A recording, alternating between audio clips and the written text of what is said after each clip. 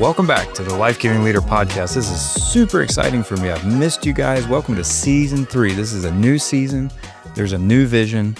And this is not just about the podcast. And so Life Giving Leader Podcast took a hiatus for a little while. And those of you that have followed along, hopefully you're excited that there's going to be content coming back your way. It'll be a combination of a lot of different things we're going to talk about in this episode. And so I can't wait to get started. If you're watching this, you can go to YouTube and watch this video as soon as we start having guests again.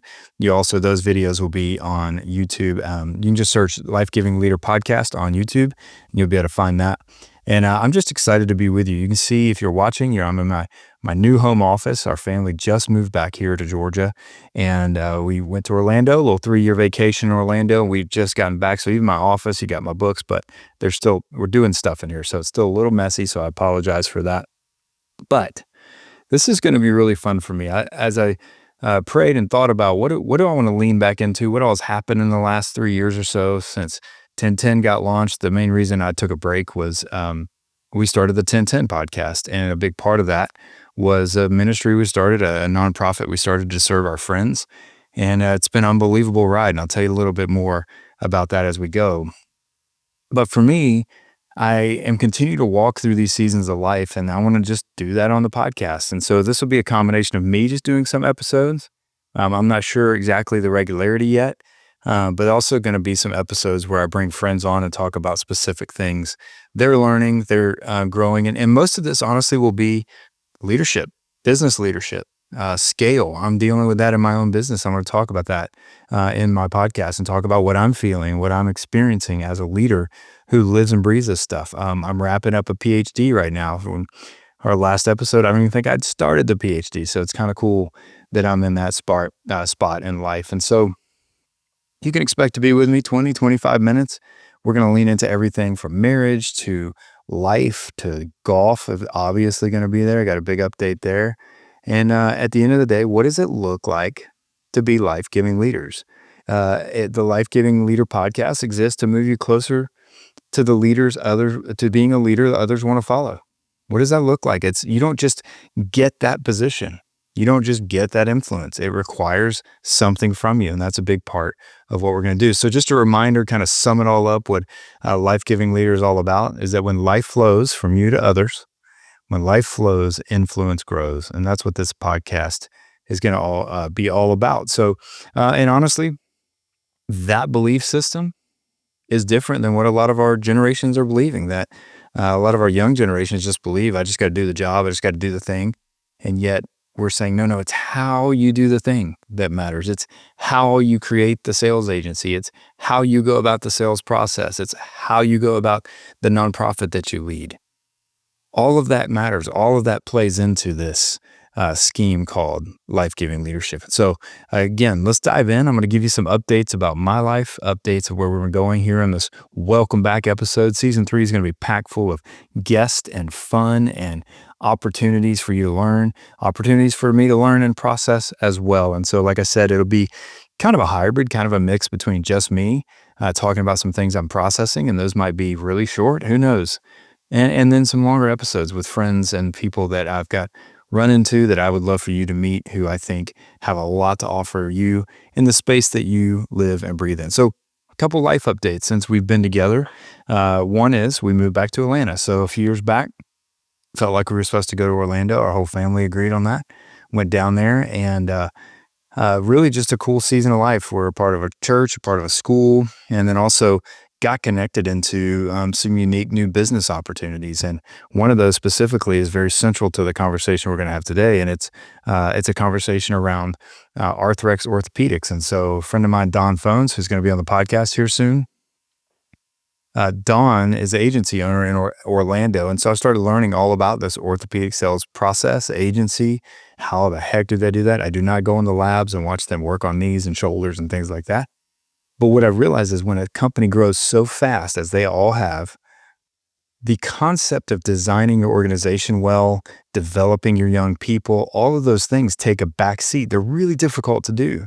And so for the last 2.5 years, I've been involved with Arthrex Orlando, helping make sure that they're organized appropriately, that they have consistent meeting schedules and what's expected in those meeting schedules. It's difficult, if you don't realize this, to be able to hold people accountable to what you're asking them to do, including culture, if they don't know who they report to, if they don't meet on a regular basis, if they don't know what the expectations are. So a huge part of what we're doing is trying to create clear DNA and clear expectations. And so that's actually become a big part of what I'm doing now. It's allowing me to see and experience a lot of things, experience, scale. I've got 4 agencies currently within the Arthrex model, and an email just went out last week for me to serve opportunity for all agencies on the West. Well, that's 30 agencies. And so I'm sitting here in an opportunity to look and go, what does it look like for me to grow my business past myself? I'm going to talk about that in just a minute. So yeah, we're back in Atlanta. I now have opportunities to serve more and more agencies, which is awesome. But what's beautiful in that, and maybe you work in the mortgage industry, maybe you work in something else, it's given me ability to build a leadership product that we can offer to an insurance company that has 20 people in their team, or a mortgage company that has 6 agencies that need development, or a private equity firm who's taken over companies and needs leadership development in those spaces. And so what a gift, man. I can't even get over the fact that I'm in the place to get to do this. So a couple last updates. As I said, I'm finishing a PhD right now at Southeastern University in organizational studies, organizational leadership. And it's beautiful. I'm getting to do a case study for my dissertation of the 1010 Project, which is the ministry or the nonprofit we started. So that's awesome. Looking forward to that. The main premise of that, and we'll do a whole episode on this, is that it's around this concept, of psychological safety. What does it look like to create psychologically safe spaces for people and leaders to say what they need to say and to be the best version of themselves? So this is all great. It's a lot of work. I'll be honest with you. I'm behind right now. Don't be surprised by that. It's kind of my personality, unfortunately, but I got to focus and get this dissertation up and running. And now maybe the greatest update that I have for you over the last 3 years. I'm just kidding. This isn't the greatest, but it feels like a major accomplishment. Even just a few weeks ago, I was talking to my boys. You guys know me at all. You know I love some golf. It's one of my favorite things to do. It's a great hobby, great pastime. I do it with my kids, which is awesome. Just a week ago, I've been talking to the kids for weeks going, to be a scratch golfer, if that's the goal, is you can break, you can shoot par. That's your average or your handicap. To be a scratch golfer, you have to be able to break par sometimes because it averages out. You got to be able to do that. And I've never broken par. My best round for the last, ever is 1 over. So I shot a 72 at a course that was a par 71. That was 8 years ago. That's the best. I've had plenty of 73, 74s, been close. Sunday, just a little over a week ago, I made an eagle on our home course here at Brookfield to shoot 1 under par. That's right. Got to clap for that. Congratulations to myself.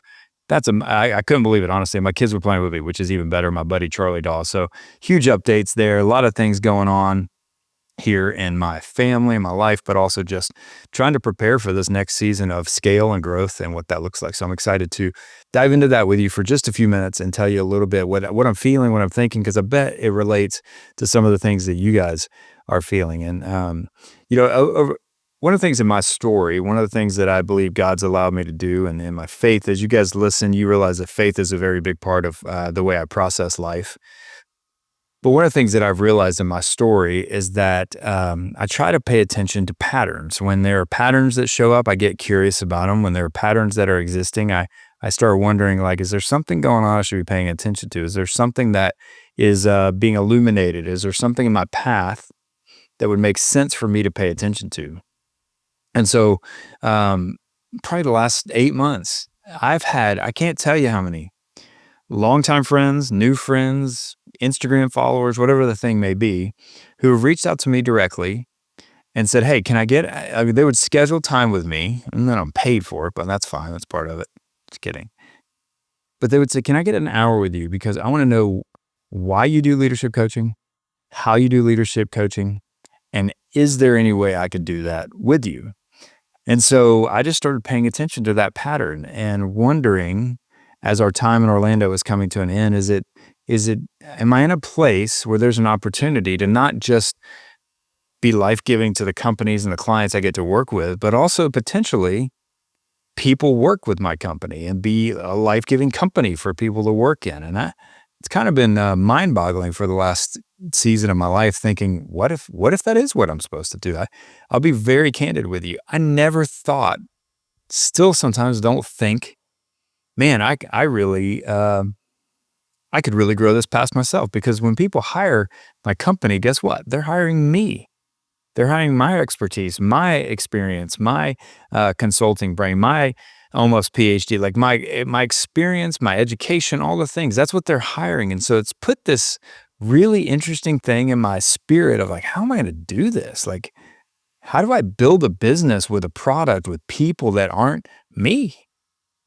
And it's been awesome and scary and all the things. And I've got 4 specific things that I'm facing here in a second. But what's happened is I did I guess, a good job with one of these agencies. And because these Arthrex agencies don't compete with each other, they've allowed me to go, oh, Atlanta needs a little help, or this place, or like, so these other agencies within the organism, within the organization as a whole, have heard about the development we do, about the way we've done culture audits, the way we're doing different types of evaluations, the way we've created great meeting schedules, the way we've allowed culture to become a language that matters, the way we talk about emotional intelligence and conflict resolution, and what does it mean to be a manager? What are the 5 behaviors of a cohesive team from Patrick Lencioni, using the predictive index to integrate. And so they're not just onboarding, but also making sure that we're using that throughout. Even this week, I've got a training with one of the territories and one of the agencies, and it'll be around predictive index. So this stuff is living and breathing in my world. And then all of a sudden I get a call and get to know some people, and they're going, hey, we love that you're doing this with 2 agencies. What does it look like to get you with as many agencies as we can? Well, there's 70. And I know I can't do 70, but I could do a lot of them if I've got the team and the stuff to do it. So it's forced me to go, okay, if I've got these sales agencies specifically that are asking for development, because what they're really good at, what they're best in the world at, is medical education and sales. What is really difficult because of how hard they work is people development, HR. How do we make sure we're going the right place? Communication, meetings, good meetings, not fake meetings, not bad meetings, not wasted times, not newsletters that sometimes communicate. How do we make sure that our teams are equipped, inspired, and ready to go? So there's 2 words that you'll hear me say over and over again if I'm working with you. I want to help create clarity and alignment. Clarity and alignment. Those are 2 huge things that we have to focus on in leadership. If you're not clear, then you can't hold people accountable. But if you're not aligned well, it makes it difficult to be clear. So those 2 things we got to be saying the same things, right? One of the things that matters to me in leadership development is that I want common language for growth. Everything we need, everything we do, everything we learn needs to be common language. You've been in any organization of any size, you'll realize that doesn't happen a lot. That literally what happens is Tom over here is doing strength finders with his team, and Jim read E-Myth, and they're doing that. And then Susan decided she loves Enneagram. So you've got all these different languages of growth, and they're not speaking to each other. So that's what I'm trying to do in these agencies. Now, I want to be a little vulnerable with you, tell you a little bit about where I come from on this. This is scary as all get out for me. I'm being just fully transparent. It is such a difficult, scary, and yet incredibly humbling opportunity. And so what we started doing, I started kind of having conversations with friends who had reached out to me, people that had these conversations with me. And I started going, okay, if something comes through, would you want a contract? What would it look like? Who would be W-2? Who would be contract? How do I go about building a team to be ready? Let's say 30 agencies come on. And that's what I've been working on. So I've got 4 specific challenges that have come up when I've been looking to scale my business. And I would bet if you're sitting there, you're a solopreneur, if you're sitting in the space where you're trying to figure out what's next, maybe it's even small, but you're trying to grow, I bet these 4 things have kind of played with you a little bit as well. So here's the 4 things that I would say are challenges that I'm facing. The first one is capital. I've got 2 people right now that I would bring on part-time, even full-time potentially. I don't have the capital yet. I need a few more agencies. I need a few more business. I need a few more contracts to come in. And I feel this tension constantly because I know they would love to come on, but I also can't risk my family at the same time of like, I still have to pay my bills. So where is that line of, okay, I'm making enough. Now I can bring this person on? Because here's my biggest fear, if I'm honest. I don't want to promise somebody and get them on board and all of a sudden the money dries up. I've been through that. I don't want to do that again. And it's fearful. And what I grew up in was we didn't have a lot. And so I lived with a lot of financial insecurity and I don't want to give that to anybody else. So if I'm honest, that's the number one challenge for me is if I have the capital and we're ready to go. Now, we have to be honest. That's not always that never goes away. There's always going to be some risk. I'm just trying to build enough cash flow that it makes it less of a risk. So that's the first thing. The second challenge that I'm facing when it comes to growing and scaling my business is the hurry up and wait stuff. I'm telling you, for 7 months now, I've been building conversations, working on creating Monday.com, organizational plans, project management software. I've been investing in stuff to be ready to serve. And then it just takes a while. And then I'm waiting on this email. Oh, 2 weeks later, that didn't go out. Okay, hey, I'm following up. How often do you follow up without driving somebody crazy? How do you want to look desperate or not? Like, these are all the things that are going through my mind. And I'm just like, I'm building and ready to go. And let's go. Oh, okay. Yeah, it's going to be a few more weeks. Okay. So then I'm having to talk to all of my people that are interested and slow the roll on that. So that's the second one, is hurry up and wait. Now, here's the third one for me is maybe the best principle in all this. And I wish I had a bunch of insight to give you, and maybe I'll continue to process this with you here on the podcast. But at the end of the day, how do I plan without making promises? How do you scale a business and plan for scale without making a bunch of promises? That's the inner turmoil I feel. I've got specifically a right hand, a guy who I'm ready to bring on. He's going to be a part of this team. He's ready to go and needs it, quite frankly. And I'm fearful to make promises because I'm not there yet. Like we're waiting on some of this stuff to come through and we're so close. And so it's been this kind of, he's hurry up and waiting. I'm ready to pull the trigger, but I can't do it quite yet. But I feel this tension of how do we plan without making promises? That is really hard, friends. And I don't really even know the answer. And honestly, to be life-giving in the middle of that, I tend to process out loud. So I'm realizing I can't do all of that. So I don't know if you've been in this position, but it's tricky and it's a little bit difficult. But there's a third P that can go with that. And again, if you come from a faith background, maybe this plays into it, but I just pray about it. And I just try to take this into a place of surrender, a place of trust, and just let the thing play out the way it's supposed to play out. And the fourth one is not a surprise to any of us. The fourth obstacle is fear. I'm fearful of is this going to get momentum and then die?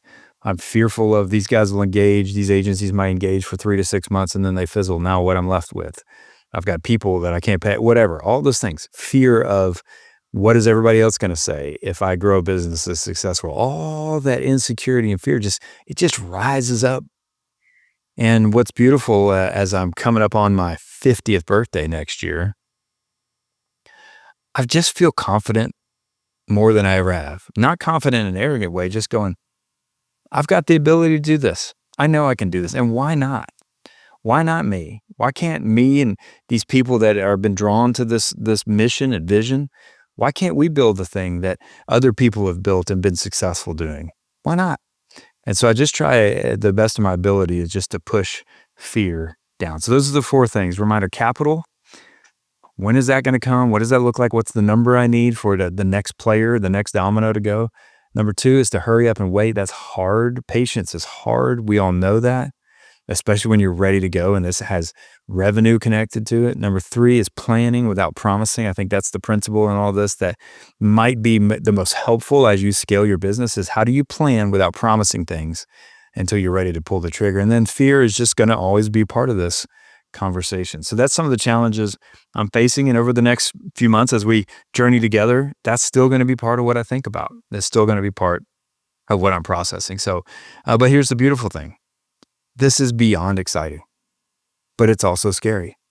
But who doesn't want to be in that position? If everything is comfortable and good and content and nothing's growing, then it's not moving. I like progress. A friend of mine, Danny, always says I'm an idealist. Well, maybe I am, but I just like moving things. I like things getting better. I just believe things can get better. Your agency can get better. Your real estate company can get better. Your home can get better. And so that's kind of what I keep leaning into. And then, our friend Don Miller always says when he talks about story brand, is the question that every main character of a movie has in their mind is, do I have what it takes? Just watch the F1 movie for a second time, and Brad Pitt's character, you can tell, and the young rookie driver, both are asking themselves, do I have what it takes? And so I'm asking myself that same question. And the truth is, I do, with God's help and just the gifts and the abilities that I've been given. And so I'd love for you just to come along this journey as we do that and walk towards what scale looks like. So if you're curious and want to know more, you can go to lgcconsulting.com. That's where a lot of the business consulting, what I'm doing, transition coaching has become a big niche. I've got 2 or 3 clients where I've been walking through. I'm not the search firm, but I'm helping a board and the leader walk through this together, having conversations of both parties that they don't necessarily feel like they can have with each other. And man, has that been a gift. I love it because there's so many boomers that are ready to hand off their businesses and they don't know what to do with it. And so being able to walk alongside a business and hopefully set them up for this next season of success is huge opportunity. And I love it as a coach. I think it's been phenomenal. So, and then last but not least, what about this podcast? How does this fit in all of this? Well, again, I took a break for a while because we were going to build our 1010 podcast for our ministry and the nonprofit we started, and that's been going well. And 5 years in, we've had 150 guys or so go through our 12-month process. And wow, I've moved on to the board of it now. My co-founder, Josh Turner, is still leading it, and unbelievable things are happening in the men of that. And as I do my dissertation, we'll process some of that together. And we'll probably maybe even interview a few of the guys and hear what would they say is actually accurate for creating safe space, and why does it matter, and what was missing and what wasn't missing, and how do we create that for them to say all the things that they need to say. So in the podcast and moving forward, it's going to be me talking about some stuff, but it's also going to be guests. My list of guests is way too exhaustive to get to, but I'm just going to keep plugging away with friends who are good at specific things and talk about how they got there. Did they feel the same I feel in some of these things? We're going to talk about business. How do we grow business? How do we develop business? How do we, there you go. See, I did YouTube and all of a sudden I get a little thumbs up on myself. The reactions obviously are still turned on. So that's exciting. We're going to talk about scale. We're going to talk about leadership stories. I want to hear stories of people, men and women, students who are leading something they didn't realize they did. And to tie into the idea of when life flows, influence grows. What does that play like? I'm going to give you updates on our family. I've got we're 2 or 3 weeks away from school starting, and I have a senior in high school and a freshman in high school who are starting in just a few weeks. So as a family, we're processing life transition. We're processing a kid going to college, looking through that, getting ready for college is a whole thing. And then obviously we're going to talk about some golf, some updates on golf. As I record this, Scotty Scheffler just won the Open and had just had an unbelievable interview where he talked about, if there's ever a day that professional golf is over my family, I quit. And it was a phenomenal interview, and I think it's worth you watching for 5 minutes.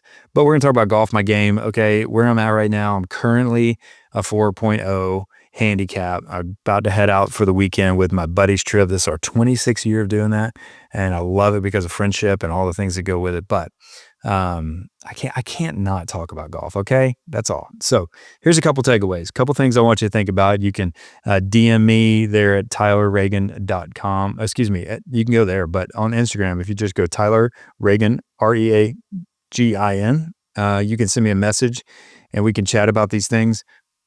With the pattern that has existed over the last year for me, one of the things I'm realizing after doing this full time for 7-8 years, but doing leadership coaching for the last 15, is there's a lot of you that love what you do, but feel like there's another level. And some of you are even in a workplace, a church, a space, nonprofit, a business, where you feel like even in your current role, you could do some coaching.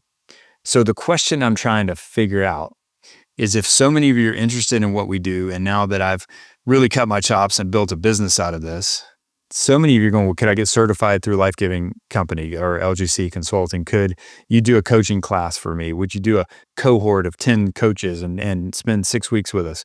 All of those things are on the table.